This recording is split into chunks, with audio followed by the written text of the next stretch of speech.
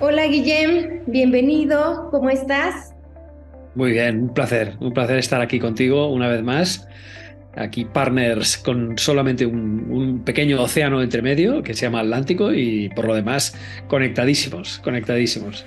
Me alegra mucho, gracias de verdad pues bueno, por todo el valor que nos has aportado y hoy quiero hacer algo completamente diferente, conversando contigo, conversando acerca de tu historia de vida. Guillem, cuéntame rápidamente, yo sé que hay un mundo de cosas e historias, microhistorias, pero cuéntame rápidamente tu historia. Bueno, mi historia es la de un niño que quería trabajar en algo relacionado con la comunicación. Esto sí que lo tuve muy claro ya desde muy jovencito. Tuve unos tíos que eran como muy súper modernos y medio hippies de la época, que a los dos eran muy guapos, una tía, mi tía Elena y mi tío Paco. Paco era su novio. Eh, y él trabajaba en una agencia que se llama Tiempo BDO y ella también trabajó un tiempo allá, etcétera, y para mí eran el estereotipo de la modernidad, ¿no? Yo venía de una historia muy clásica, de colegio clásico, religioso, etcétera, y ellos iban con una moto, una especie de Harley Davidson, pero que era una NSU, que ya no existe, pero una moto muy rompedora, muy transgresora de la época, y yo dije, ostras, yo quiero vivir esto, no quiero ser, no sé, director de un banco o funcionario o algo así. Yo quiero vivir un poco en este mundo tan cambiante, tan complejo. Hablaba con ellos y me decían que trabajaban muchas horas, etcétera, pero yo quería eso. Yo quería eso. Y entonces eso me ayudó mucho también.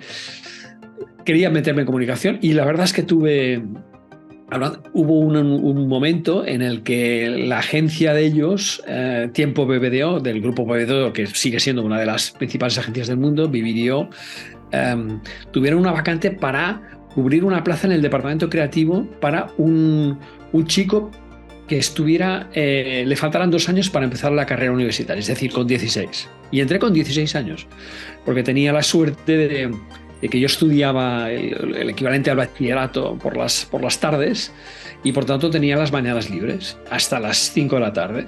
Con lo cual, pues bueno, estuve ahí 2 años, aprendí lo que no está escrito y, y sí, sí, y eso ya derivó en lo que sería mi pasión por la comunicación. Me lo pasé muy bien, aprendí mucho, trabajé en campañas muy sonoras, digamos, de la época. Estoy hablando del año 79, ¿eh? O sea que, en fin, y la verdad es que en aquel momento la publicidad era... En fin, habéis visto ya series seguramente en televisión, etcétera. La publicidad era bastante parecida a lo que ponían las series, ¿vale? Es decir, era un mundo muy loco, muy transgresor, muy desordenado, muy complejo, muchas horas de trabajo. Cuando había una campaña, un concurso, pues nos teníamos que quedar ahí varias noches, fines de semana, etcétera. Y por tanto, pues una cosa que no seguía las reglas de nada, pero también que tenía grandes satisfacciones. Acababas haciendo una gran comunidad con lo que era el equipo interno de la agencia. Tanto es así que mi mujer la conocí en una de las agencias que trabajé, o sea, en Walter Thompson, que fue la segunda agencia. Sí, sí. Bueno, esto me derivó de agencia en agencia hasta durante una carrera de unos veintitantos años, o sea, desde 1979 hasta 2005, no lo he contado porque es casi pornográfico, pero que como 25 años de agencia en agencia. Es cierto que tuve la suerte de estar en distintos departamentos, empecé en el creativo, pero en la segunda agencia me hicieron una prueba para el departamento creativo y no la pasé. Parece ser que no la pasé, luego me explicaron por qué y era por una tontería, porque resulta que querían colocar al hijo de un amigo, bueno, lo que fuera. Pero esa misma agencia que me descartó me y me dijo si no me importaría trabajar para un ejecutivo, para un director de cuentas y por tanto en el departamento de cuentas, ¿no? Que sería el equivalente al departamento comercial, pero con un poquito más de glamour, por decirlo así. O sea que, y entonces eso ya me derivó en la parte más de estrategia, etcétera. Más adelante trabajé en strategic planning, en agencias, en Sachi, por ejemplo, de nuevo negocio, y al final acabé siendo socio, accionista y director de una agencia local, pero que facturaba más que muchas multinacionales, que se llamaba Altraforma. que ya desapareció pocos años después de yo irme. Y entonces hubo un accidente que creo que lo conoces, pero que lo voy a contar aquí, que es que en el año 2000, cuando nació mi hija, a mi mujer le detectaron un tumor que en teoría era incurable, porque las características eran muy complejas. Lo tenía en el hígado, en los ganglios, en las mamas. Bueno, estaba repartido por todo el cuerpo debido a la propia generación hormonal del embarazo. Y vamos, los pronósticos eran muy malos. Uno era de 2 meses de vida y el otro era de 3, ¿no? Entonces, eso hizo que yo, de alguna manera, bajara un poquito mi ritmo de trabajo, porque yo trabajaba muchísimas horas diarias. El mundo de la publicidad es 12 horas, 15 horas al día, no hay horario, ¿no? Y me hizo bajar el ritmo porque, claro, me tenía que ocupar de algo muy importante. Primero, una hija recién nacida, y segundo, una mujer que requería cuidados muy importantes y sobre todo con una empatía muy, muy clara, ¿no? No podía yo decirle, oye, es que tengo una reunión y no puedo estar contigo, yo qué sé, en las primeras sesiones, por ejemplo, de quimioterapia o algo así, ¿no? Entonces, bueno, eso me hizo rebajar tanto que al cabo de un tiempo, pues mi socio, que era el presidente, yo era el director general y socio, mi socio, que era el presidente, me invitó a salir. Por utilizar el eufemismo, ¿no? Me compró las acciones, no había posibilidad de despido, pero me compró las acciones y hasta ahí. Me fui con las acciones a bastante buen precio, las cosas como son, me las pagó bien. Y entonces ahí es cuando decido, ¿qué hago? Y tuve muchísimas llamadas, muchísimas ofertas de agencias de publicidad que me ofrecían lo mismo, un cargo de director general, overtime puro, ¿vale? Overtime puro, que quiere decir que los tíos ya te decían, oye, aquí bueno, tú ya sabes cómo funciona esto, no te vamos a contar nada que no sepas. Y les dije, mira, pero es que yo ahora tengo otras prioridades que son más familiares, tal. Pero no solo eso, sino que creo que la publicidad, y fíjate que aquí fui un poco premonitorio, ¿eh? Estábamos en finales 2004 y les decía, yo creo que la publicidad ya ha acabado su tiempo glorioso. Porque digo, los anunciantes ahora ya están comprando todo ellos, ¿no? Las producciones de los vídeos, etcétera, los están comprando todos ellos, y la publicidad se ha quedado ya en una pequeña boutique en la que hay 2 o 3 creativos, un planner y 2 o 3 tal, y mucho peor pagado que antes, porque ya rebajaron completamente las comisiones, etcétera. Digo, yo creo que este mercado no va a continuar. Me equivoqué en el que el mercado continúa, pero no me equivoqué en que efectivamente no tiene el valor que tenía antes, ¿vale? Es mucho más funcionarial, y con respecto al glamour que tenía la publicidad de los años 70, 80, pues bueno, nada que ver. Ahora es una cosa como muy... Todo es medible de una manera... Antes no, antes muchas cosas no eran medibles, sencillamente. O sea, tenías suerte, acertabas con un concepto creativo y pum, y aquello funcionaba y pam, y vendía, ¿no? Y ahora no, ahora todo antes de... Una buena idea se muere en un pretest, en un test, porque hay un grupo de 25 personas que tienen una lista de compra y entonces tienen que evaluar un anuncio que han visto, no sé qué, no sé cuántos, y si no les ha persuadido en aquel momento, pues aquel anuncio ya no funciona. Y a lo mejor es la mejor idea del mundo que les haría vender lo máximo, pero ahora todo está como muy milimetrado. Entonces, bueno, resumiendo, mi nueva etapa de vida, descarté todas las propuestas que me hicieron para seguir en publicidad y decidí abrir mi propio negocio. Se llamaba Lateral Consulting en aquel momento, y yo lo llamaba comunicación personal. Entonces 2004. Esta parte, claro, yo no había oído hablar del personal branding. Yo abrí el 1 de enero de 2005, abrí la agencia, bueno, el 2 para ser exactos, porque el 1 digamos que estamos de fiesta, pero y ya la abrí con algunos clientes con los que yo había empezado a hablar, pues con un empresario, con un político, con tal. Hablé con algunos clientes y no negaré que de cara al mundo alimentario, pues también algún cliente de la agencia que no había estado de acuerdo con que yo me fuera, quiso venirse conmigo. Eran pequeñas cuentas, pero bueno, era un tema alimentario, me iba bien tener pequeños clientes así que me garantizaban un fee mensual suficiente para mantener mi ritmo de vida, más o menos, ¿no? Por lo menos durante un tiempo. Y entonces, esos los fui dejando poco a poco, ¿vale? porque ya vieron que yo no estaba muy motivado para seguir con el tema de publicidad clásica y cada vez más fui a buscar, cuando yo, por ejemplo, había trabajado con un político y el político estaba contento, le decía, oye, ¿me puedes presentar bueno, muchas veces sin decirlo, él mismo me decía, oye, me gustaría que trabajaras para mi colega tal, mi colega cual, mi colega cual. Y entonces así empecé mucho el personal branding, curiosamente, con política y luego algún que otro empresario, algún que otro artista, con artistas también, ¿no? Pero político estuve bastantes años, y yo te diría que hasta prácticamente 2014 gestionando muchos perfiles políticos. Luego ya me cansé porque realmente es un mundo. El político no es un problema porque es una persona, el problema es el partido. El partido, eso es muy difícil, trabajar con estas estructuras tan opacas, tan complejas, que una de las razones de cambiar y no trabajar en publicidad es porque estaba un poco cansado de tener que presentar una idea a todo un conjunto de personas que jerárquicamente se representaban una pirámide que hasta que no llegabas al último la idea ya se había muerto, ya se había descafeinado, ¿vale? Nosotros teníamos una especie de lema en publicidad que a lo mejor lo has oído alguna vez, que era un dromedario o un camello, si quieres, igual por ponerlo fácil, un camello es un galgo diseñado por un comité, ¿no? Teníamos un poco esta idea, ¿no? Que era una frase que utilizábamos mucho para decir que cuando una idea pasa por demasiadas manos acaba siendo devaluada, ¿no? Y que lo ideal es que la persona que tiene que tomar la decisión final vea la idea tal cual fue creada. Y eso ya vi que era imposible. O sea, llegó un momento que vi que teníamos unas grandes ideas que por culpa de, bueno, pues de todo un esquema burocrático, jerárquico, etcétera, pues es como cuando tú estás en una reunión y presentas una idea y hay 5 personas, se ven obligadas a hablar y a criticar, aunque les encante, pero porque piensan que si no hablan y no critican, tú no vas a valorarlas. Cuando no es así, cuando una idea es buena, sencillamente es buena.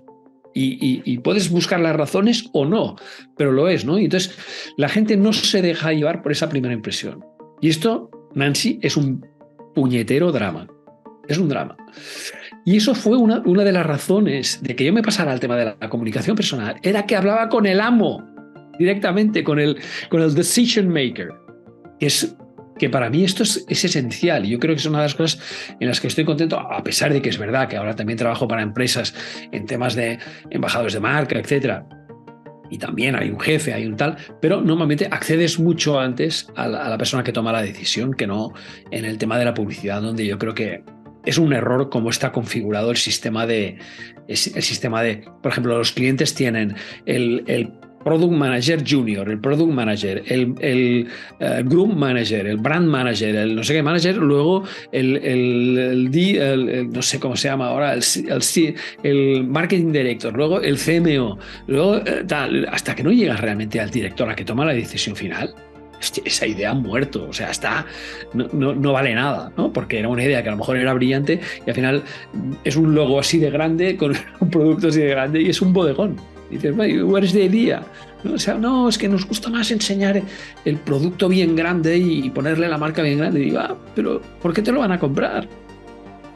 Y entonces, bueno, esta es un poco la historia de por qué acabé con el tema de la comunicación personal, que al cabo de muy poco tiempo, gracias a una ex colega mía de Basat, a Linda Richa, que trabajaba en un proyecto conmigo en aquel momento y veía lo que yo estaba haciendo con otros clientes, porque trabajamos en una oficina que no había paredes, ¿vale? Que todo era una sala diáfana y claro, se oía todo y se veía todo, ¿no? La actividad.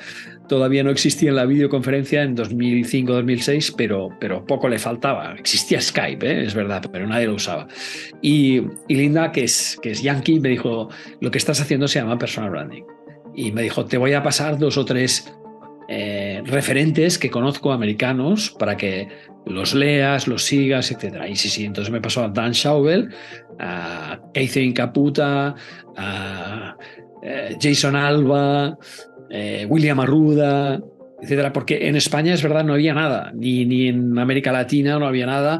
Había otra persona en Italia que creo que era Luigi, pero Luigi todavía no había empezado con sus cosas y aún no en aquella época no estaba dentro del mapa, digamos, ¿no? El mapa de personal branding era muy pequeño. era francamente pequeño, era la caputa tal, y quizá me he dejado, bueno, sí, un tal Ruber Rampersack que creó también un tema un poquito complejo, etcétera. Había una persona en Bélgica, que ahora no recuerdo el nombre, o sea, muy poco. En Europa prácticamente nada. Prácticamente nada. Y sorprendentemente te tengo que decir que en el Reino Unido no hay nada. O sea, todo lo que se habla de personal branding en Estados Unidos, en el Reino Unido no se habla nada, pero nada, ¿eh? Y tengo colegas allá, les he hablado alguna vez, colegas expublicitarios, etcétera. Les digo, oye, ¿qué pasa con el personal? Y dice, no, aquí eso no funciona. Dice, no, aquí sí que funciona el coaching y tal, igual, pero el personal branding no. Con lo cual, un poco te he contado mi historia, entonces sí que es cierto que una vez fui consciente de lo que era el personal branding, me di cuenta del potencial que tenía, me di cuenta de una cosa también, que el personal branding, yo entonces ideé un método que es el iceberg, que tú lo conoces, ¿no? Que es el tema de autoconocimiento, estrategia, visibilidad, que luego lo adopté para Soy Mi Marca también. Y lo que me di cuenta es que dentro del iceberg yo no podía trabajar de forma completa porque me faltaba esa parte de autoconocimiento y yo no la dominaba. Fue entonces cuando conocí a Jordi Cullell y sobre todo a Montse Taboada, que tú quizá no te he hablado nunca de ella, pero fue una de las socias fundadoras de Soy Mi Marca, una coach espectacular, pero absolutamente espectacular. Ella es psicóloga. Y lo que pasó es que, bueno, con ella a los pocos meses de entrar en Soy Mi Marca nos dijo que tenía un tema personal por el cual no podía seguir con nosotros, que bueno, su padre tenía una compañía de taxis y no podía dirigirla y le pidió a su hija a ver si la podía dirigir. Bueno, en fin, líos así. Y total que se fue de Soy Mi Marca. Pero yo aprendí muchísimo con ella y también con Jordi Cullell, que es un coach de toda esta parte de autoconocimiento. Y la verdad es que entonces, ya te digo, yo creo que los años que estuve previos a Soy Mi Marca aprendí, pero donde aprendí de verdad fue durante 2009-2010, que fue cuando conocí a Jordi y a Montse. Aprendí muchísimo con ellos de toda esta parte más interior de la persona, etcétera, que eso fue fantástico. Soy Mi Marca, ¿funcionó? Sí, funcionó bastante bien, pero llegamos demasiado pronto. O sea, llegamos muy pronto. En 2010, además, justo era cuando se empezó aquella famosa crisis que todo el tema de Lehman y Brothers y tal, que explotó en 2008, pero aquí en Europa llegó como un poquito más tarde, llegó retrasada 2010. De 2010 a 2012, 2013, te diría que en España fue un drama. O sea, las empresas no contrataban, no se hacía nada, pero ya no solo de marca personal, sino de formación en general. Fueron años de una constricción brutal. Aquí teníamos a una líder europea, Angela Merkel, que aunque la admiro muchísimo, pero era una persona que no permitía que los países se endeudaran y entonces, claro, no había inversión. Los griegos pobres tuvieron que tener una intervención por parte del Banco Europeo. Aquí pasó algo parecido en España. Entonces había como mucha depresión económica. Y si tú sumas la depresión económica al desconocimiento de lo que era la marca personal, que a pesar de que nosotros teníamos un blog, el de Soy Mi Marca, que si tú te fijas en los primeros años, escribíamos cada día. Sí, o sea, sí. De 2010 a 2013 poníamos un post diario. Es verdad que éramos unos cuantos, no era yo solo, ¿no? Estaba Jordi, estaba Montse, estaba Alexia, y luego más gente que nos ayudaba, community managers, y luego empezamos a invitar a gente externa. Nos dimos cuenta de que esto no funciona, que tenía que ser más comunitario, que teníamos que crear comunidad, ¿vale? O sea, con Soy Mi Marca, el blog de Soy Mi Marca, bueno, yo creo que ahora el de Integra también cumple bastante este requisito. Es un blog multiautor, es decir, no es endogámico, solo con una única visión de una empresa, de un grupo de gente, sino que es un blog multiautor y que bueno, que este año lo quiero un poco recuperar. De hecho, ya le he hecho un lavado de cara. Lo he cambiado de servidor, lo he cambiado de plantilla, tal, para que sea como más ágil, más fácil de trabajar con él, más sencillo, ¿vale? Y este año lo quiero recuperar porque me gustaría crear un libro muy gordo que resuma pues todas las mejores intervenciones que han habido, etcétera. Pero bueno, ahí estoy. Entonces Soy Mi Marca, bueno, cumplió con una etapa. Es verdad que conseguimos algo que yo creo que es muy potente, que conseguimos entrar en el mundo corporativo. Es decir, al principio nosotros empezamos pues con consultoría más bien personal, pero luego, gracias a un socio que no llegó a serlo, pero estuvo a punto de serlo, a Pau Hortal, y que un tío que escribe muy bien, por cierto, y que tiene posts muy buenos, y Pau nos dijo, tenéis que entrar en el mundo corporativo, porque esto dentro de la empresa tiene una aplicación muy buena.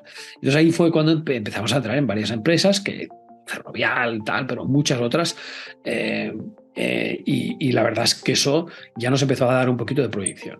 Luego, Soy Mi Marca como empresa es verdad que se desmontó más o menos en 2016, o sea, ahora sigue como blog y hay una sociedad todavía, pero se desmontó en 2016, bueno, porque Jordi adquirió un compromiso con la Universidad Blanquerna, el otro socio que había también se metió en otro, y al final dije, oye, esto no tiene sentido, para que al final estemos solo una persona o dos personas, pues ya.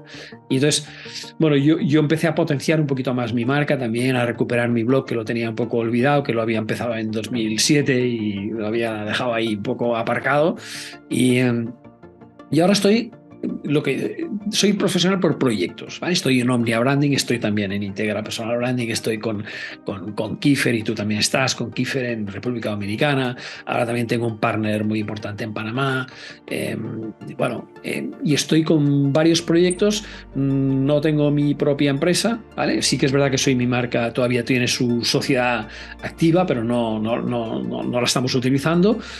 Pero prefiero trabajar de esta forma como un poquito más por proyecto y como más libre, ¿no?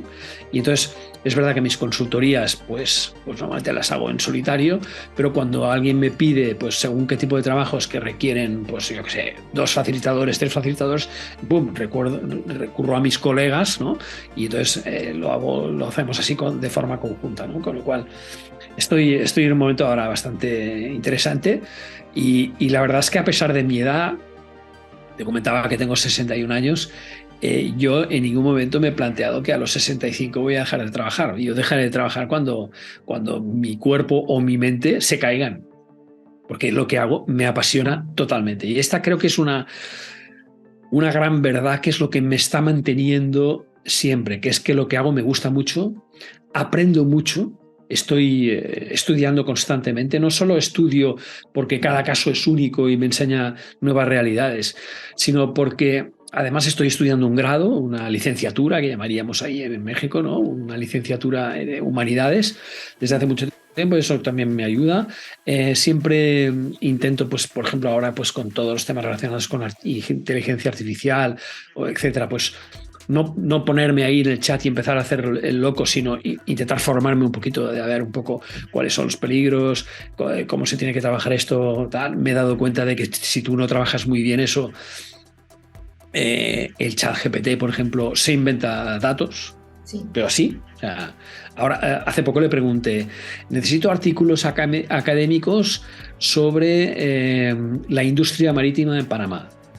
¿Vale? Y me dio 3 artículos académicos, pero con títulos súper largos, súper sofisticados y tal, con la fecha, con el nombre del autor, con el nombre de la publicación, y todo de arriba a abajo es falso, es inventado. Entonces, tenemos que tener mucho cuidado con ciertas cosas, con lo cual eso lo que implica es que nos tenemos que formar, ¿vale? Me hubiera gustado mucho hacer un máster que había en una universidad americana sobre inteligencia artificial fue hace como 5 años. Lo que pasa es que, ostras, aparte de que era muy caro, era casi impagable, era muy complejo porque necesitabas una base tecnológica que yo no la tengo. Reconozco que yo soy más de letras que de ciencias y no tenía esa base tecnológica, con lo cual al final pues no lo hice, ¿no? Pero porque hablaba mucho de temas de algoritmos, pero con demostraciones matemáticas, con no sé qué, no sé cuántos, y ahí me perdía. Yo ahí digo, bueno, va.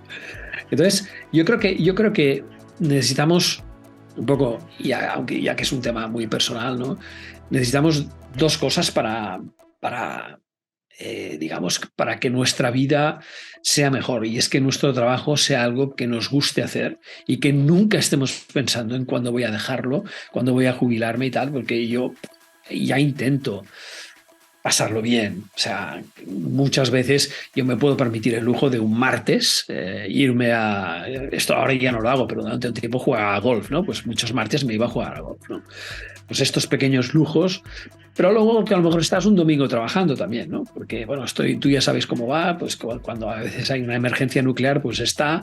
Pero si te gusta lo que haces y sobre todo, y vas aprendiendo, es decir, no se oxida, no hay un síndrome de burnout de que aquello ya no estés aportando, sino que tú tienes que ir innovando constantemente en tu método y tienes que ir cambiando fórmulas, las que no funcionan, tal, tienes que ir adaptando. Claro, y yo la inteligencia artificial, por ejemplo, hay cosas como el ChatGPT que me parecen un peligro, pero hay otras que son inocuas, ¿vale? Que he utilizado. Pues hace poco estuve utilizando una que se llama Beethoven, que es una que hace música. Y es magnífica. Y es gratuita, etcétera. Tú le pones una serie de parámetros de lo que quieres, de estilos, etcétera, y te hace unas piezas gratuitas, ¿no? Bueno, pues, en fin, ¿para qué lo quiero? Para mi podcast. ¿Vale? No pasa, no, con eso no voy a competir con ningún grupo de rock, o sea, no quiero hacer nada, quiero una música de fondo instrumental y que pueda funcionar bien entonces tú le pones un poco el ambiente que quieres. Entonces, inteligencia artificial, sí, pero, ¿vale? O sea, ojo, porque hay programas, y por ejemplo aquí ChatGPT es un peligro, porque se inventa la información, pero se la inventa, o sea, literalmente. Pero hay otras aplicaciones, por ejemplo, ayer descubrí una que es cuando tú tienes una fotografía que está en muy baja resolución, pum, se la das y con un algoritmo de inteligencia artificial te la crea en alta definición. Bueno, pues esto, digamos que no puede hacer daño. ¿Puede hacer daño a quién? A lo mejor a un fotógrafo o un retocador, sí, puede ser. Yo reconozco que la inteligencia artificial, no nos engañemos, va a quitar algunos puestos de trabajo o los va a reducir. Los va a reducir. El otro día vi un post magnífico de Chris Ballester, que es una copy que está en España, que también es una de las que participa en el Personal Branding Lab Day como community manager, pero es una gran redactora, es una copywriter number one, y ella decía, no me da miedo perder mi trabajo porque nunca ChatGPT va a hacer lo que yo hago. Dice, ya he intentado hacer yo misma, ¿no? Trabajar con prompts muy buenos, tal, no sé qué, y no lo hago. ¿Por qué? Porque ChatGPT tiene tendencia a crear texto relleno, ¿no? No va al grano, ¿no? O sea, repite conceptos, repite ideas, las cambia de lugar, luego se inventa cosas, etcétera, con lo cual dice, no. Y luego ella defiende mucho que, dice, el copywriter escribe de forma emocional. Y dice, y esto es muy difícil todavía que una máquina lo pueda hacer, ¿no? Entonces, bueno, ahí hemos llegado, ¿no? Hemos hecho un pequeño recorrido de cómo empecé, cuál fue mi detonante. También es verdad que antes incluso de conocer a mis tíos publicistas, y una cosa que me flipó es una palabra muy española, me asombró, me pareció chocante, fue ver a Stephen Hawking, al científico, Stephen Hawking, el físico, ¿no? El creador de, el que habló de los agujeros negros, todo este tipo de teorías físicas que, por desgracia, murió hace pocos años, y que él, con una enfermedad muy complicada, que era el ELA, ¿no? El síndrome de lateral amniotrófico, que pudiera comunicarse mediante la tecnología, ¿no? Y eso me pareció brutal, y también fue uno de los detonantes míos de que me dedicara a la comunicación, ¿no? Eso a veces lo explico, me parece que lo explico en el libro, en Si no aportas, no importas, pero sí que es verdad que yo estoy muy contento con toda esta trayectoria. La trayectoria publicitaria también la disfruté, y sobre todo en los momentos que se podía disfrutar. Cuando llegó a aquel punto que yo ya estaba como un poco más arriba de la estructura, por decirlo así, y por tanto tenía ansias, digamos, de crecer, y vi que no podía crecer, y que además tenía que enseñar campañas a gente que no tenía criterio. Ahí fue cuando yo dije, esto se ha acabado, tengo que cambiar. Y curiosamente me llamó la comunicación personal. Yo dije, ¿por qué no aplico todo lo que sé a las personas? Esta fue la gran pregunta, ¿eh? Y por eso creo mucho en el poder de las preguntas. Aquí también estoy mucho con mi buen colega Joan Clotet, que tú sabes que es uno de los mejores preguntadores junto a Fran Segarra que conozco, ¿no? Son gente que saben hacer muy buenas preguntas. Y esta fue la pregunta para mí. ¿Por qué no utilizo lo que sé, no para una marca abstracta, etcétera, sino para una persona? Y ese fue mi principio. Bueno, mi principio, ese fue la continuación de mi carrera, con la que llevo ya, pues bueno, en 2025 llevaré 20 años. O sea que no está mal, porque empecé en 2005, pues ahí va la historia. Muy buena historia. Yo hice una cuenta de carrera general, 44 años aproximadamente, sí, de Guillem. Sí, porque empecé muy jovencito. Sí, empecé muy jovencito. Bueno, fue más aproximadamente esto, estuve haciendo la tarea, investigando, y justo quiero hacerte una pregunta que va con respecto a un pequeño fragmento de historia que tú mencionas, con respecto a tu mamá. Cuando hiciste este cambio de carrera, que decías, bueno, ¿y cómo voy a explicar esto? Cuéntame, porque creo que eso es algo muy importante, no nada más para ti, sino también para los que estamos del otro lado. Bueno, ya fue complicado explicarle a mi madre lo que era ser publicitario. Aquí había otra frase que utilizábamos mucho en el sector que decía: no le digas a mi madre que soy publicista, dile que soy pianista en un burdel. Y era una frase que utilizábamos mucho porque era difícil a veces explicar todo el concepto de la publicidad, lo que se hacía dentro de una agencia, etc. Entonces, cuando ya por fin aprendió, y tuve que explicarle el tema del personal branding, le dice: mira, mamá, ahora lo que hago es lo mismo, hago publicidad pero para personas. Ya está, fue un poco el resumen, ¿no? Y así lo entendió todo, y creo que a veces tenemos que ser capaces de poder explicar las cosas de una manera sencilla para que la gente las entienda, ¿no? Y no hay nada como el utilizar este símil yo muchas veces hago formaciones ahora con el otro día hice una formación para una marca que se llama Media Market, que es una marca de retail, sobre todo de productos electrónicos, etcétera, una marca alemana que está muy presente en Europa. Y claro, era el departamento de compras. Y dentro de compras había gente que se dedicaba a cosas que yo ni había oído hablar. Digo, vale, ¿y cómo se lo contarías a tu madre? Porque claro, me decían, no, hago stock no sé qué, stock manager. Digo, bueno, cuéntale a tu madre.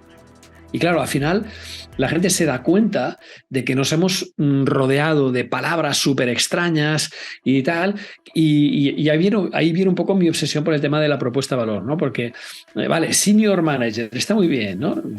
Te han hecho senior manager en una de las Big Four, perfecto, pero coño, ¿a mí qué me estás contando? Yo ¿cómo sé que te tengo que contar contigo, no? Entonces, estas cosas yo creo que a veces va bien el símil de la madre, ¿no? De cómo le contarías a tu madre lo que estás haciendo. Sí, sí. Y creo que eso resume mucho de tu historia y de lo que haces también por los demás, y sobre todo que tú lo cuentas, que tú lo haces parte de... Lo he escuchado no sé cuántas veces, la realidad, pero siempre es: detente, reflexiona, es cierto, ¿cómo es que mi madre entiende o no entiende lo que yo estoy haciendo? Entonces creo que también es un punto de partida para quienes estamos del otro lado, en este sentido de ¿qué estoy haciendo? ¿A qué me dedico? Y Guillem, hay cosas que seguramente nos vamos a pasar unas 8 horas hablando aquí, importante. Tienes mucho, 44 años de carrera, se dice rápido, fácil, pero la realidad es que hay muchas cosas. Y a mí me gustaría saber, ya hablando un poquito más hacia el lado de la marca personal, del trabajo con la marca personal, ¿cuál ha sido tu principal desafío, trabajar con personas? ¿Cuál ha sido tu principal desafío, pero también tu mayor poder al trabajar con ellas? A ver, el desafío de trabajar con una persona, y yo diría que es incluso mayor que una marca, porque estás jugando con el futuro de una persona. Es decir, una marca, siempre decimos, ¿no? Una marca la puedes construir, una marca corporativa se construye, una marca personal no. Una marca personal ya existe, ya está en el aire, ¿no? Ya hay una percepción que flota en el aire, y esa percepción es la marca personal, con lo cual tú lo que estás haciendo es jugar con el futuro, y ahí hay un grado de responsabilidad muy grande. Muy grande. Es parecido al coaching, ¿vale? Lo que pasa es que la gran diferencia con el coaching es que en marca personal llegamos más allá. porque llegamos a la parte de activación de marca, ¿vale? Si habláramos en términos de branding, estaríamos hablando de que el coaching sería lo que es plataforma de marca, ¿vale? Pues la marca personal incluye la plataforma de marca y la activación de marca. Con lo cual, ahí lo tienes todo, ¿no? Con lo cual, el nivel de compromiso es muy grande y esto ha sido para mí una gran lección que he aprendido, es que no puedes aplicar fórmulas que han funcionado bien con una persona y aplicarlas con otra persona, que cada persona es un universo totalmente distinto de otra. Te pongo un ejemplo. Ahora estoy trabajando con 3 empresarios, por ejemplo, de Panamá, ¿vale? Y que además los 3 incluso están, bueno, uno quizá no tanto, pero hay 2 que están metidos en el mismo tipo de negocio. No he podido aprovechar prácticamente nada. ¿Por qué? Porque su ADN emocional, su ADN de rasgos de personalidad y tal, es completamente distinto. Sé que uno podrá hacer unas y querrá hacer unas cosas, y sé que el otro esas mismas cosas no las va a querer hacer. Por tanto, se los tengo que plantear de forma distinta, ¿vale? Esta es la otra gran cosa que tiene la consultoría, sobre todo. La formación es distinto, ¿no? Pero la consultoría tiene esta extrema dificultad de que tú puedes crear una metodología, pero la forma de aplicarla va a tener que ser muy hecha a medida de cada persona. Y la forma de seguirla, el seguimiento, etc. Y entonces esto también te das cuenta de que las personas que tienen éxito son aquellas que siguen el proceso hasta el final, ¿vale? Hay muchas que me han contratado para decir, oye, no, hagamos la primera parte de la plataforma de marca y luego yo ya lo activaré cuando me vayan bien las cosas.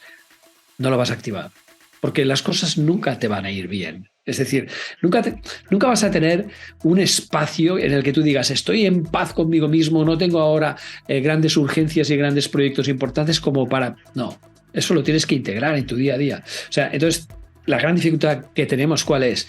Hacerles ver a las personas que tienen que crear un hábito, el hábito de gestionar su marca personal.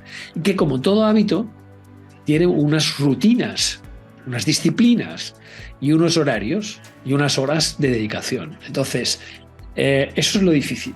Entonces yo me doy cuenta que el éxito lo suele tener la persona que es capaz de convertir algo al que le ve valor, le ve futuro y tal, en un hábito.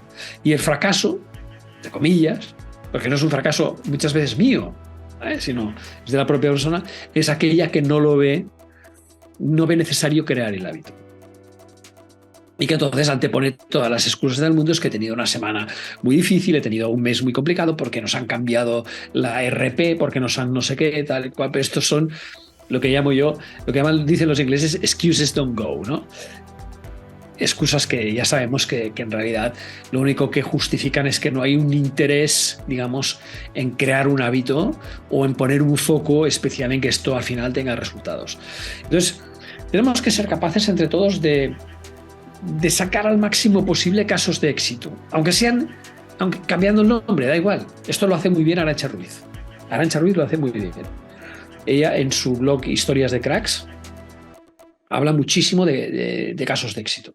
Y entonces, bueno, porque esto yo creo que es lo que motiva a otras personas a hacerlo, ¿no?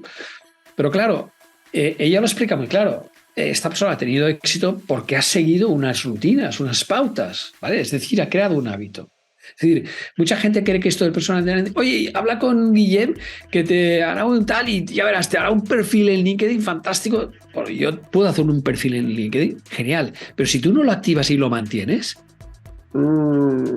se va a ir para abajo, no te va a servir de nada. Es decir, la gente que funciona es la que sabe que cada semana tiene que entrar en esa red y mediante un plan de contenidos que hemos acordado previamente ya sabe de qué tiene que hablar, a quién tiene que decírselo, cuál es la frecuencia de publicación, etcétera, ¿no?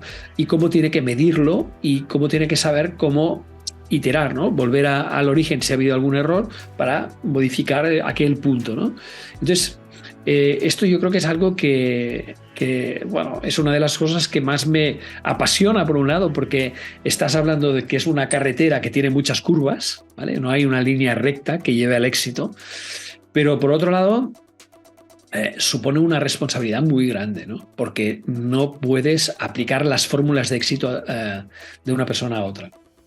Y eso es muy, como te lo diría, desgasta desgasta, porque te obliga a pensar muchísimo cada vez, ¿no? Y además a pensar, y muchas veces tienes que pensar muy rápido porque tienes a la persona delante, ¿eh? Entonces es complicado. Pero bueno, ¿qué te voy a contar? Tú lo estás viviendo también, ¿eh? Y justo, nos falta tu mayor poder, tu mayor fortaleza, ¿cuál es? Yo creo que está en la rapidez, mis clientes me dicen, ¿no? La capacidad que tengo de crear en el momento, o sea, de poder generar ideas muy rápidas ante un problema. Es una virtud y a veces se puede convertir en un inconveniente, ¿vale? Porque yo soy de una tipología que soy bastante rápido y pienso muy rápido en una solución. Pero a veces no pienso en 10 soluciones, ¿vale? Sino que pienso en una o dos, y a lo mejor una estrategia buena para mí sería pensar en 10 soluciones, por tanto utilizar más tiempo y decirle a aquella persona, mira, yo ahora te he dicho te he dicho una posible salida a esto, pero déjame 2 días para que en la próxima reunión te presente 5 alternativas a esto y tú puedas elegir. No, pero es que me gusta mucho lo que has dicho, de verdad, tira para adelante. Claro, me encuentro a veces también con que el cliente se ha enamorado de la idea y cualquiera lo saca de ahí. Pero yo lo que digo es, estaría bien sopesar pros y contras. Entonces, mi valor fortaleza, yo diría que está, cuando hice el test de las fortalezas del carácter de Vía, lo acertó bastante porque puso que la primera es el humor, la segunda el amor y la tercera la creatividad. Yo creo que ahí hay un... Cuando es amor, no se refiere al amor entre un hombre y una mujer o entre una pareja, ¿no? Sino se refiere al cariño que le pones a hacer las cosas, ¿vale? A la pasión. Yo creo que habla más de la pasión. Lo que pasa es que ellos lo traducen como amor. Vale, bueno, muy bien, pero es pasión. Es más, a mí me apasiona mucho lo que hago, incluso a veces con personas que he tenido delante que sabía que las había forzado su director a hacer esa consultoría y que por tanto la estaban haciendo un poquito a regañadientes, me he vuelto loco para ver cómo podía enamorarles con una idea para que la siguieran, etc. Entonces esto me vuelve loco. Es decir, los retos me gustan. Y eso, yo creo que eso forma parte de mi ADN como consultor, ¿no? No solo... Todo lo comentaba un día con Arantxa mismo, no solo la idea de que llego un poco más lejos, ¿vale? De lo normal, porque muchas veces, por ejemplo, en Soy Mi Marca al principio, pues bueno, nos quedábamos en hacer el plan de comunicación y poco más, ¿no? Yo no, ahora en mis consultorías muchas veces hago la parte de activación de marca, les acompaño en todos los procesos. Oye, mira, vamos a hacer un podcast, vamos a hacer un no sé qué, vamos a hacer una web, vamos a hacer tal. No es que yo haga webs, sino que les acompaño de cómo en toda la parte más de seguimiento, de buscar, yo qué sé, hacer un benchmarking adecuado de webs que puedan funcionar, crear una estructura web, crear unos copies para web. Esto les ayudo, y luego buscamos al técnico, buscamos a la persona adecuada, o lo busca él. Yo incluso les digo, no, si tú conoces a alguien, mejor, porque será alguien de tu confianza. Entonces, ya está, ¿no? Entonces, yo creo que aquí hay una diferencia mía en cuanto a método, si quieres, pero sobre todo en cuanto a lo que me decías tú, ¿cuál es tu mayor fortaleza? Yo diría que es esta, es esta rapidez en generar soluciones rápidas, ¿no? Rápidas y efectivas, me gustaría decir, porque claro, si la solución es rápida pero es una mierda y el cliente ya te dice, oye, te has tirado de la moto, no, pero es que les gusta, o sea, les enamora bastante, ¿no? Les enamora bastante la solución, y sobre todo cuando trabajo con el modelo de negocio. La gente flipa mucho con el tema del modelo de negocio, porque todos normalmente nos autoencasillamos en nuestros propios modelos de negocio, ¿no? Yo sé que puedo ganarme la vida haciendo esto y esto, pero no piensas en posibilidades locas que digas, hostia, ¿y cómo, de verdad te puedes ganar la vida con esto? Y claro, cuando tú presentas posibilidades locas, pero que luego las justificas diciendo, no, esto es una idea loca, pero te voy a explicar por qué, ¿no? Ahora estoy trabajando con una nutricionista, ¿no? Una nutricionista muy buena. Y también en Latinoamérica. Y esta nutricionista, claro, me dice, es que yo trabajo muchísimas horas en la consulta y no sé qué, no sé cuántos. Entonces, es cuando tú empiezas con el por qué no. O sea, mi pregunta preferida siempre empieza igual. ¿Por qué no hacemos esto? ¿Por qué no hacemos lo otro? Es decir, porque la gran pregunta no es el por qué, sino el por qué no.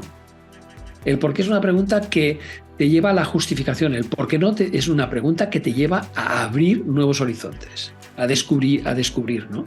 Y esa para mí es mi gran pregunta favorita. ¿Por qué no? ¿Por qué no esto? ¿Por qué no lo otro? Y yo creo que eso mis clientes lo ven y es una cosa que me agradecen mucho y que yo considero que forma parte de esta fortaleza. Muy buena fortaleza, y yo confirmo y sostengo. Yo creo que este mix del que hablabas, de el amor, la creatividad, y se me acaba de ir la otra. Amor, creatividad y humor. Humor también. Humor. Yo creo que es bueno, ¿no? El tema del humor. El primero, tenemos que pasarlo bien, Nancy. En nuestro trabajo tenemos que pasarlo bien, tenemos que hacer que la persona que tenemos delante lo pase bien. Si tú estás haciendo una entrevista, te tienes que pasar bien haciendo la entrevista, tienes que disfrutar ese momento. Yo a veces sigo mucho a una psicóloga que se llama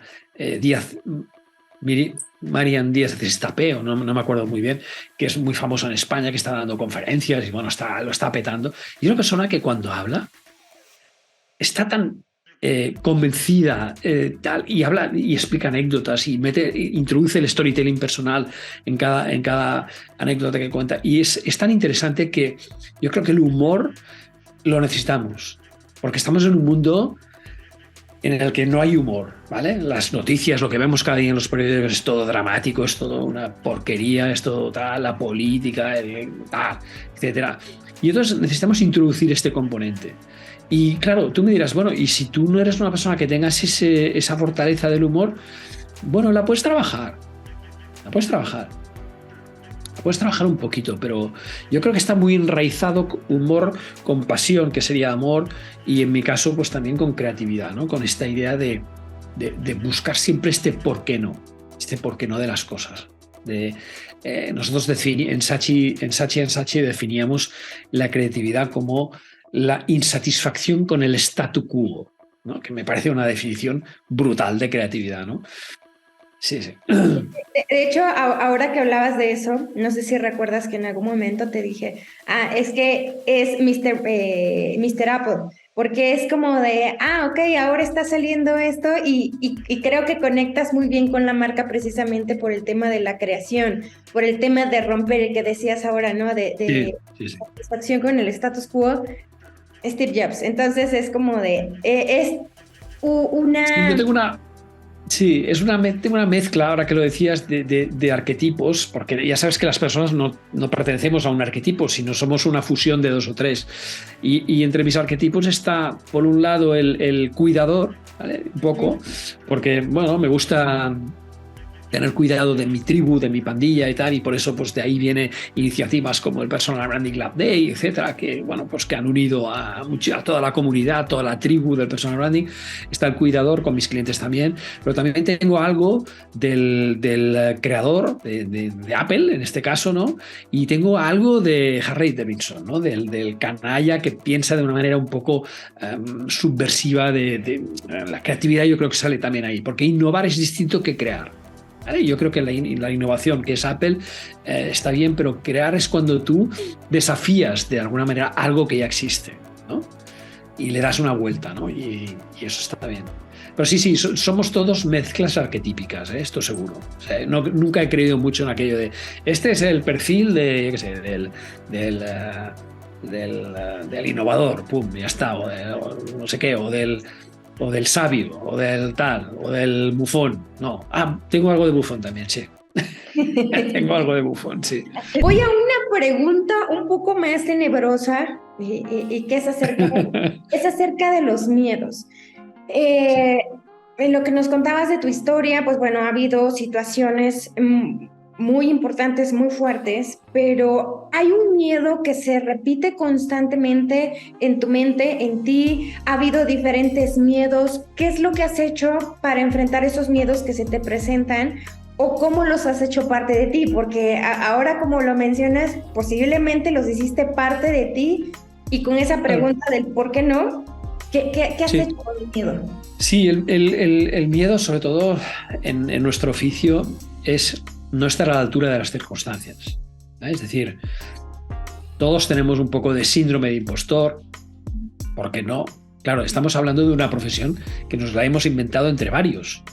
Yo creo que el tema del miedo en una profesión que es nueva es normal. No tenemos antecedentes, es decir, hemos tenido que autoaprender nosotros.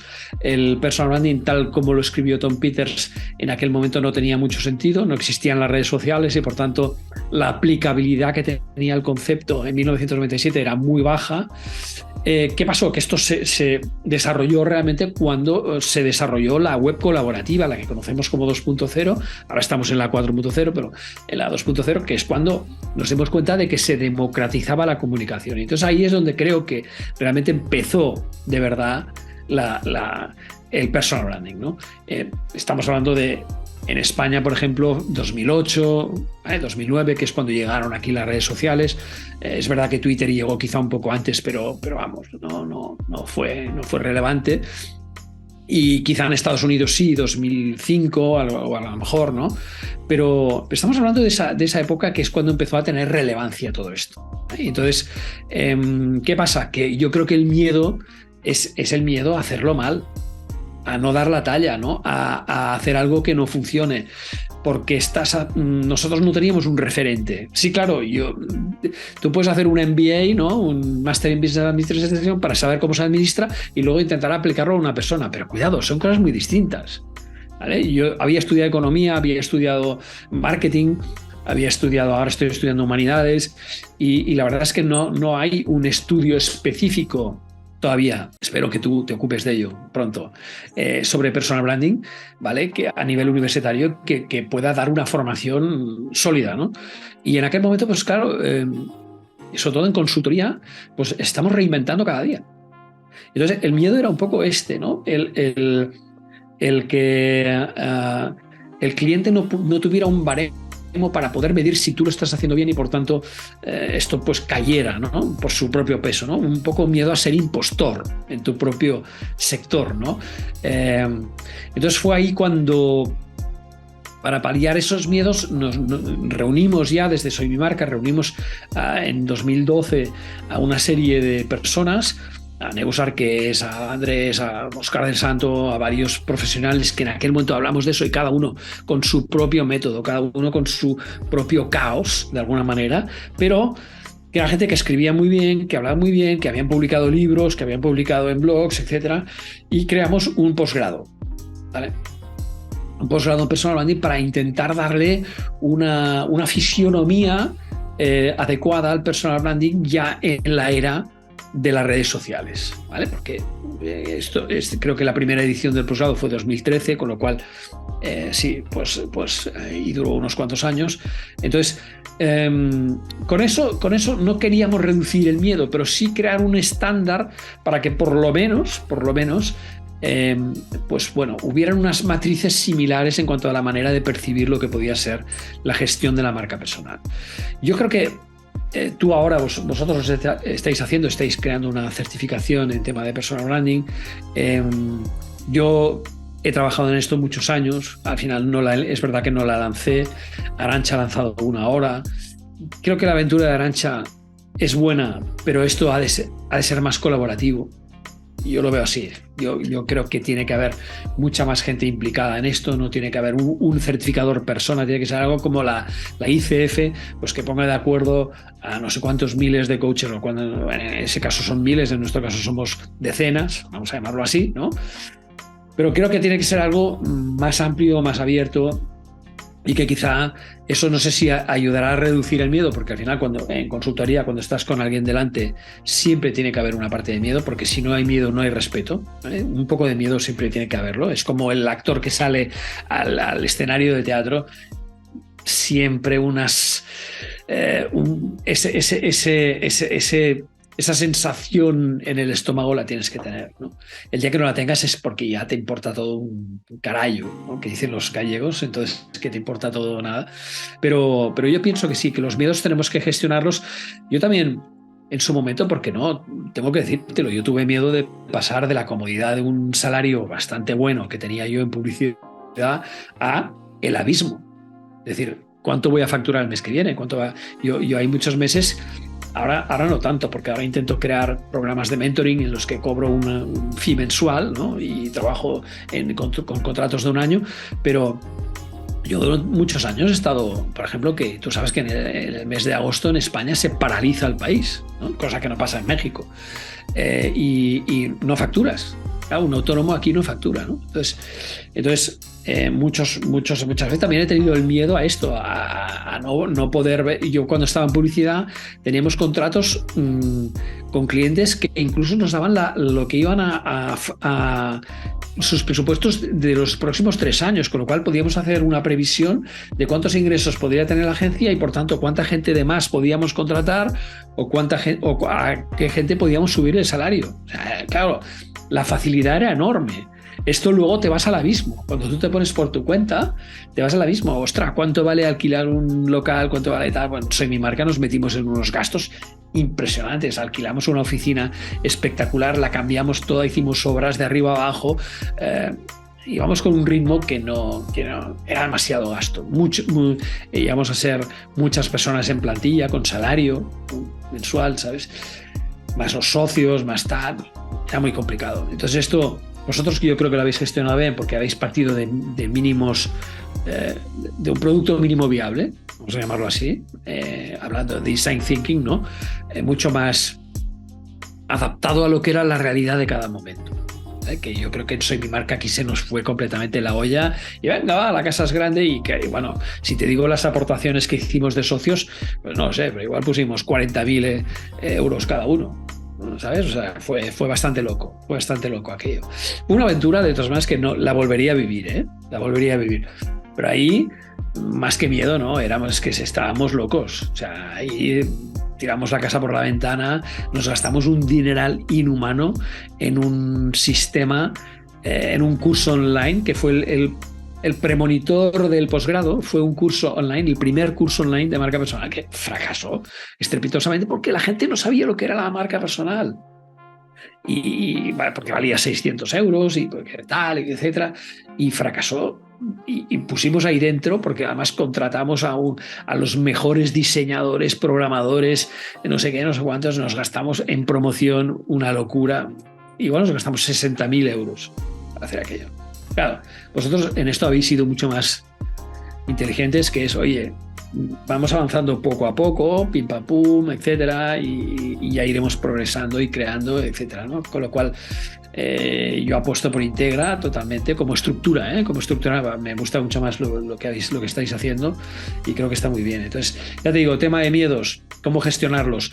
Y luego en cuanto a la palabra ¿por qué no?, ¿no? Que es una palabra magnífica, ¿no? Pues muchas veces esa palabra me ha hecho saltar los miedos también. Me ha hecho convertir una cosa que me daba miedo en algo que me da un pequeño respeto, que siempre tienes que tenerlo. Por hacer cualquier cosa nueva tienes que tener la precaución, si quieres, ¿no? Pero tienes que intentar cambiar el miedo tienes que cambiar el pánico por miedo y luego el miedo por precaución. Pero poco más, porque si tienes miedo te paralizas. El miedo paraliza. La precaución no. La precaución te hace pensar en rutas alternativas, en caminos alternativos, etc. Pero el miedo no, te paraliza totalmente. Y el pánico te bloquea. O sea, no... te quedas congelado, como me he quedado antes en medio de la emisión de Zoom. Es verdad. Y pasando ya un poquito al cierre, lamentablemente tenemos que llegar ahí. No, sí. Yo seguiría escuchándote. ¿Cómo es que has llevado o que has creado, la propia gestión de tu marca personal y el desarrollo de hábitos, que tengo que decirlo, que para mí es muy admirable todos los hábitos que tienes, Guillem, Sí. y en 15 minutos hacemos un artículo a las 7 de la mañana, pero antes ya caminaste, ya hiciste. ¿Cómo has hecho esa gestión de marca personal un hábito que te apasiona? Porque además te apasiona. Mira, en parte, ¿sabes por qué? Por coherencia. Es decir, yo no puedo recetar a mi cliente algo que yo no hago. Entonces, el tema de crear hábitos, microhábitos, yo los llamo microhábitos, porque un hábito a lo mejor es, yo qué sé, comer, ¿no? Eso es algo. Pero microhábitos en el sentido de, yo creo que nos ayudan mucho. Nos ayuda muchísimo porque nos ayudan a crear unas disciplinas, y yo, por ejemplo, muchas veces cuando estoy caminando pienso, ¿qué voy a decir en el vídeo de tienes un minuto del próximo sábado? Pam, pam, pam. Ostras, se me ha ocurrido una cosa tal.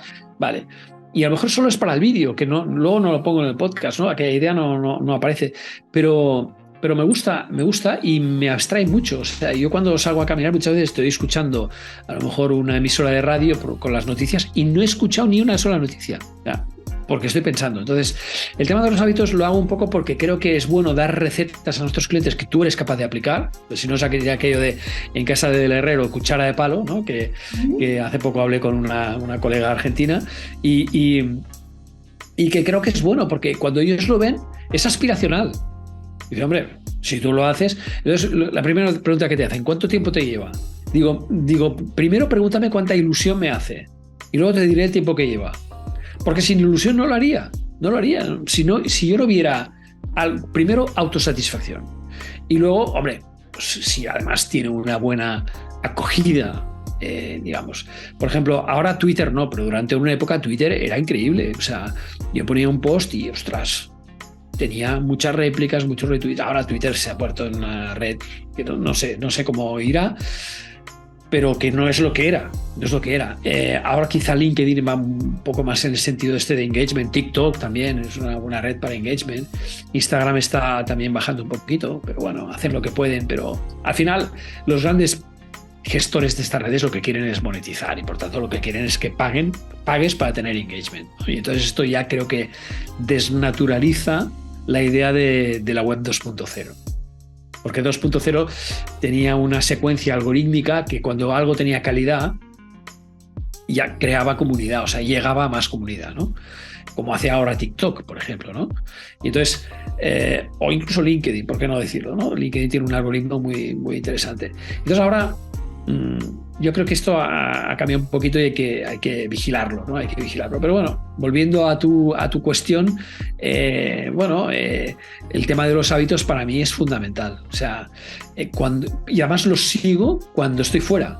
Es decir, yo recuerdo estar en Puebla y salir del hotel a las 6 de la mañana, una ruta que me diste tú, que es segura, que tal y cual, y que no te va a pasar nada, y pum, y hacer mis 10 kilómetros caminando, o hacer esto, o sea, yo intento mantenerlos allá donde vaya. Hay veces que es más difícil, por ejemplo, en República Dominicana, que hemos estado tú y yo juntos ahí, ¿no? En Santo Domingo, pues no me dejaban salir a caminar, ¿no? Pues no, porque claro, me da miedo que te vas a meter en un barrio de no sé qué, no sé cuánto.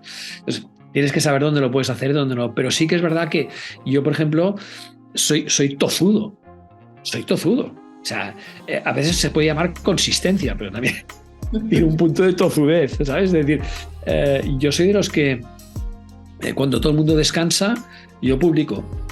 No quiere decir que yo me ocupe en crear. O sea, yo muchas veces los contenidos del mes de agosto los he creado en julio. O sea, he hecho una especie de sprint en julio de crear los contenidos de agosto y los dejo programados, y luego en agosto sí voy entrando en las redes para moverlos un poco y para esto. Pero no el tiempo, digamos, de la producción de todo eso lo he hecho un poco antes. Y cuando yo digo voy a hacer 52 contenidos al año, voy a hacer 52 contenidos al año. Los hago. Yo en esto soy una persona que me gusta ser puntual, me gusta cumplir con los rituales que yo mismo creo para mí, porque al final pienso, hombre, si tú te dedicas a la marca personal y yo qué sé, y no tienes una buena marca personal, es una incoherencia, ¿no? Si tú te dedicas a decirle a un cliente que tiene que crear una serie de hábitos y tú no los has creado para ti, es incoherente, ¿no? Con lo cual, obedece más a la búsqueda de coherencia que otra cosa. Y eso me encanta, porque voy a la pregunta final y que creo que conecta con el tema de la coherencia.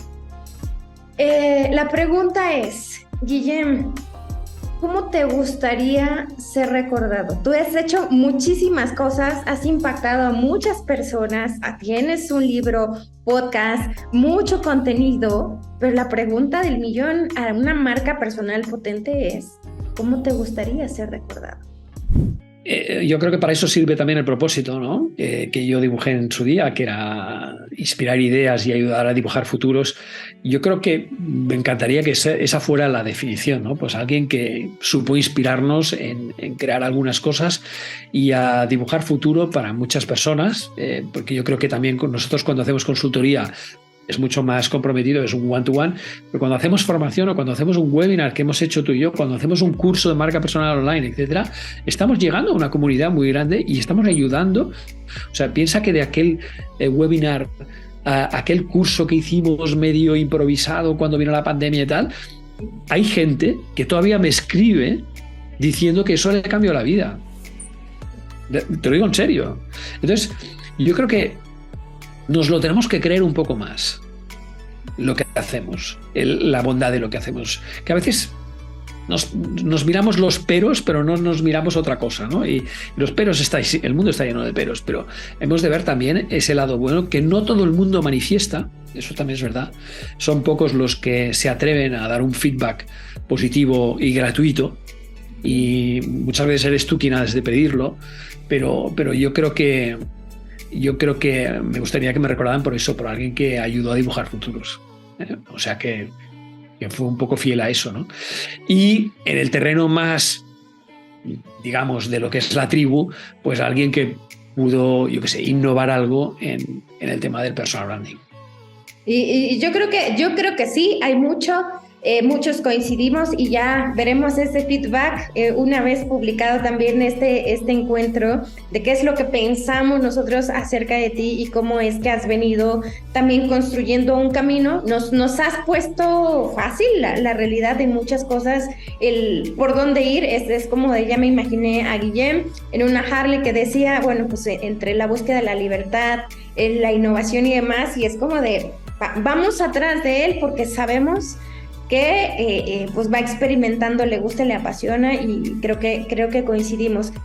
Hay muchas más preguntas que me encantaría hacerte, pero por temas siempre nos queda la opción de hacer un bis. O sea que... Exactamente. Entonces, lo voy a dejar ahí, pero la verdad es que muchísimas gracias, Guillem, por este tiempo. Y me gustaría una última cosa. Una pequeña frase para invitarnos a gestionar nuestra marca personal. Si no dices quién eres, los demás dirán lo que no eres. Bien, muchísimas gracias. Que no es mía, ¿eh? Es de un consultor que está trabajando en México, pero es catalán. Es catalán, sí. Ahora no me acuerdo el nombre, pero es un consultor de marketing y la dijo hace muchos años y me pareció una frase extraordinaria. Sí. Buenísima. Guillem, muchísimas gracias por este tiempo. Un placer, Nancy, un placer.